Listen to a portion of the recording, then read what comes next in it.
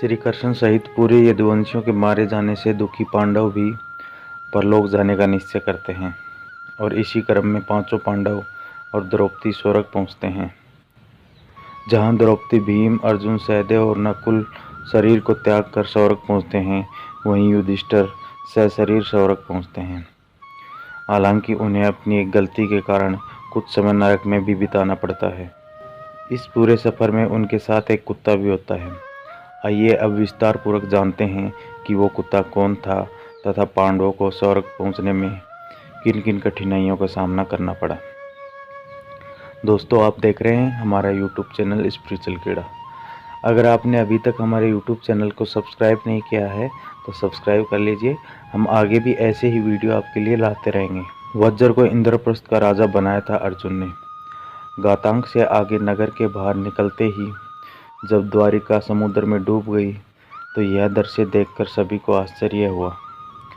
अर्जुन यदुवंश की स्त्रियों व द्वारिका वासियों को लेकर तेजी से हस्तिनापुर की ओर चलने लगे। रास्ते में पंचनंद देश में अर्जुन ने पड़ाव डाला। वहां रहने वाले लुटेरों ने जब देखा कि अर्जुन अकेले ही इतने बड़े जन समुदाय को लेकर जा रहे हैं तो धन के लालच में आकर उन्होंने उन पर हमला कर दिया। अर्जुन ने लुटेरों को चेतावनी दी, लेकिन फिर भी वे नहीं माने और लूटपाट करने लगे।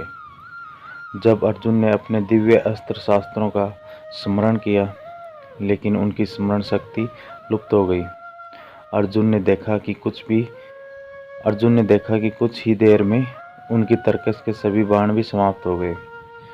जब अर्जुन बिना शस्त्र के ही लुटेरों से युद्ध करने लगे, लेकिन देखते ही देखते लुटेरे बहुत सा धन और स्त्रियों को लेकर भाग गए।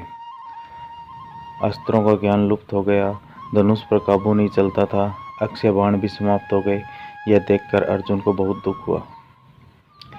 जैसे तैसे अर्जुन यदुवंश की बची हुई स्त्रियों बच्चों को लेकर कुरुक्षेत्र पहुंचे। यहाँ आकर अर्जुन ने वज्र यानी कि श्री कृष्ण का पोता को इंद्रप्रस्थ का राजा बना दिया। रुक्मणी, हेमवंती तथा जामवंती आदि श्री कृष्ण की रानियां और पुत्रानियां अग्नि में प्रवेश कर गई तथा शेष वन में तपस्या के लिए चली गई। बूढ़ों, बालकों व अन्य स्त्रियों को अर्जुन ने इंद्रप्रस्थ में रहने के लिए कहा।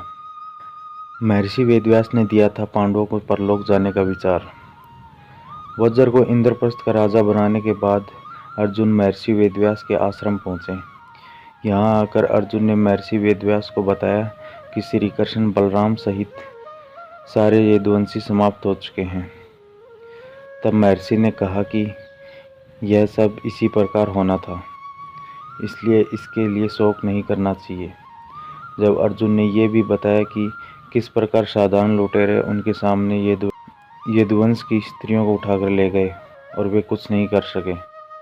अर्जुन की बात सुनकर महर्षि वेदव्यास ने कहा कि वे दिव्य अस्त्र जिस उद्देश्य से तुमने प्राप्त किए थे वह पूरा हो गया है, अतः वे पुनः अपने स्थानों पर चले गए हैं। महर्षि ने अर्जुन से ये भी कहा कि तुम लोगों ने अपना कर्तव्य पूर्ण कर लिया है, अतः अब तुम्हारे परलोक गमन का समय आ गया है और यही तुम्हारे लिए श्रेष्ठ भी है। महर्षि वेदव्यास की बात सुनकर अर्जुन उनके आज्ञा से हस्तिनापुर आए और उन्होंने पूरी बात महाराज युधिष्ठिर को बता दी। युधिष्ठिर ने परीक्षित को बनाया हस्तिनापुर का राजा। यदुवंशियों के नाश की बात जानकर युधिष्ठिर को बहुत दुख हुआ। महर्षि वेदव्यास की बात मानकर द्रौपदी सहित पांडवों ने राजपाट त्याग कर स्वर्गलोक जाने का निश्चय किया। युधिष्ठिर ने युयुत्सु को बुलाकर उसे संपूर्ण राज्य की देखभाल का भार सौंप दिया और परीक्षित का राज्याभिषेक किया। युधिष्ठिर ने सुभद्रा से कहा कि आज से परीक्षित हस्तिनापुर का तथा वज्र इंद्रप्रस्थ का राजा है, अतः तुम दोनों पर समान रूप से स्नेह रखना। इसके बाद पांडवों ने अपने मामा वासुदेव व श्री कृष्ण तथा बलराम आदि का विधिवत तर्पण व श्राद्ध किया। इसके बाद पांडवों व द्रौपदी ने साधुओं के वस्त्र धारण किए और स्वर्ग जाने के लिए निकल पड़े। पांडवों के साथ साथ एक कुत्ता भी चलने लगा। अनेक तीर्थों, नदियों व समुद्रों की यात्रा करते करते पांडव आगे बढ़ने लगे। पांडव चलते चलते लाल सागर तक आ गए। अर्जुन ने लोभवश अपना गांडीव धनुष व अक्षय तर्कसों का त्याग नहीं किया था। तभी वहां अग्निदेव उपस्थित हुए और उन्होंने अर्जुन से गांडीव धनुष और अक्षय तर्कसों का त्याग करने के लिए कहा। अर्जुन ने ऐसा ही किया। पांडवों ने पृथ्वी की परिक्रमा पूरी करने की इच्छा से उत्तर दिशा की ओर यात्रा की। सबसे पहले द्रौपदी गिरी स्वर्ग जाने के रास्ते में। यात्रा करते करते पांडव हिमालय तक आ गए। हिमालय लांघ कर पांडव आगे बढ़े तो उन्हें बालू का समुद्र दिखाई दिया। इसके बाद उन्होंने सुमेरु पर्वत के दर्शन किए। पांचों पांडव, द्रौपदी तथा वह कुत्ता तेजी से आगे चलने लगे। तभी द्रौपदी लड़खड़ाकर गिर पड़ी। द्रौपदी को गिरा देख भीम ने युधिष्ठिर से कहा कि द्रौपदी ने कभी कोई पाप नहीं किया, तो फिर क्या कारण है कि वह नीचे गिर पड़ी। युधिष्ठिर ने कहा कि द्रौपदी हम सभी में अर्जुन को अधिक प्रेम करती थी, इसलिए उसके साथ ऐसा हुआ है। ऐसा कहकर युधिष्ठिर द्रौपदी को देखे बिना ही आगे बढ़ गए। थोड़ी देर बाद सहदेव भी गिर पड़े।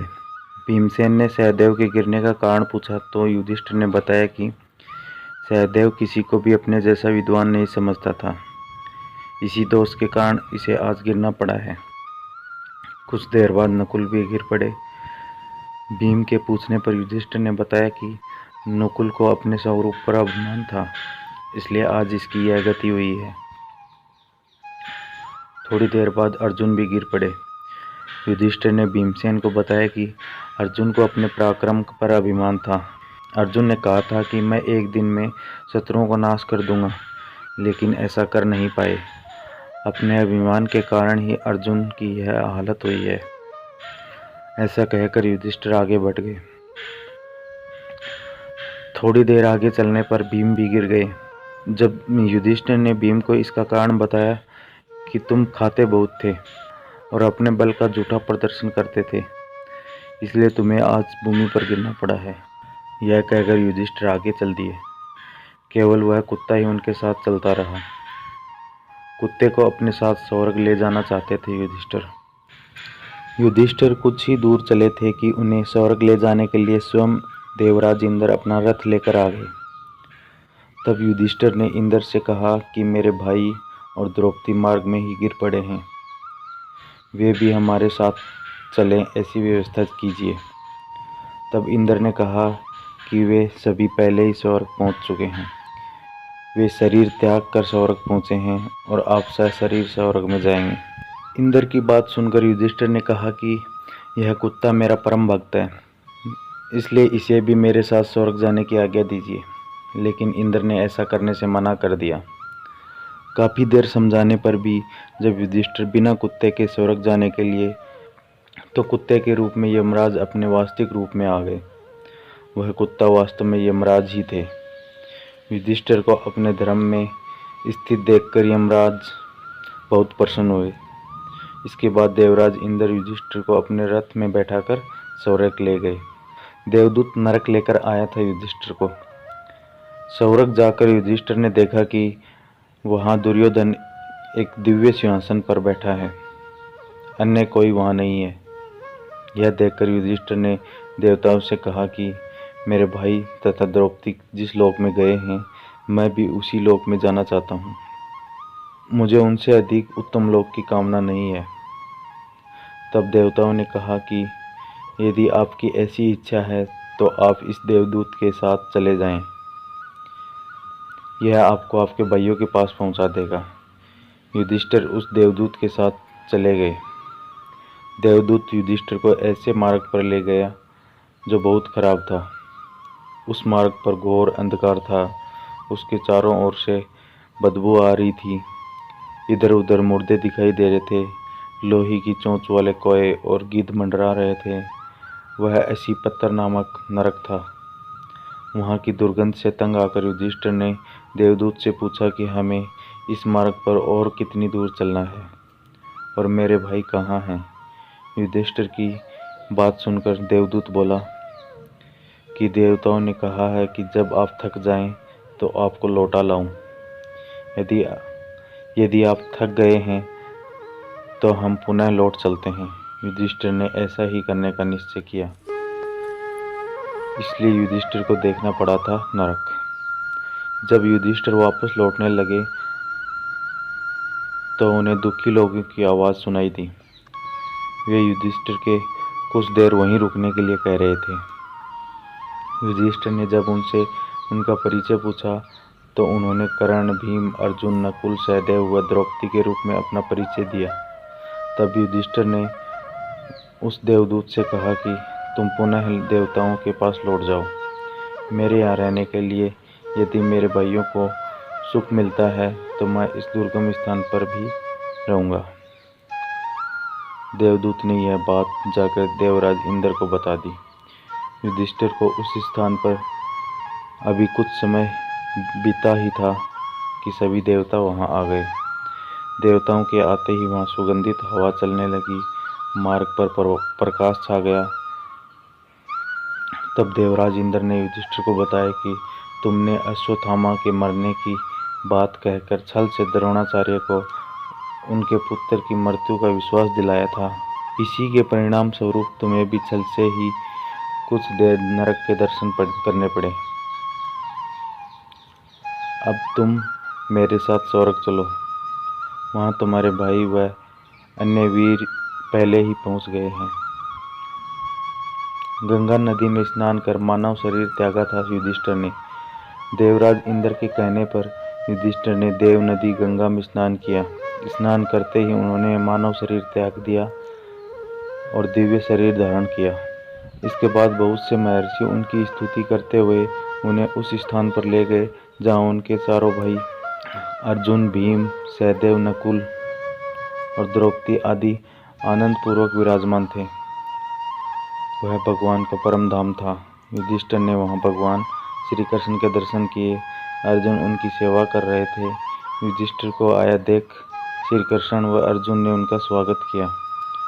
युधिष्ठिर ने देखा कि भीम पहले की तरह शरीर धारण किए वायु देवता के पास बैठे थे। कर्ण को सूर्य के समान स्वरूप धारण किए बैठे देखा। नकुल व सहदेव अश्विनी कुमारों के साथ बैठे थे। देवराज इंद्र ने युधिष्ठिर को बताया कि ये जो साक्षात भगवती लक्ष्मी दिखाई दे रही हैं, इनके अंश से ही द्रौपदी का जन्म हुआ था। इसके बाद इंद्र ने महाभारत युद्ध में मारे गए सभी वीरों के बारे में युधिष्ठिर को विस्तार पूर्वक बताया। इस प्रकार युधिष्ठिर अपने भाइयों व अन्य संबंधियों को यहाँ देखकर बहुत प्रसन्न हुए। पांडवों के स्वर्ग रोहण के इस प्रसंग के साथ ही महाभारत कथा का समापन हो गया।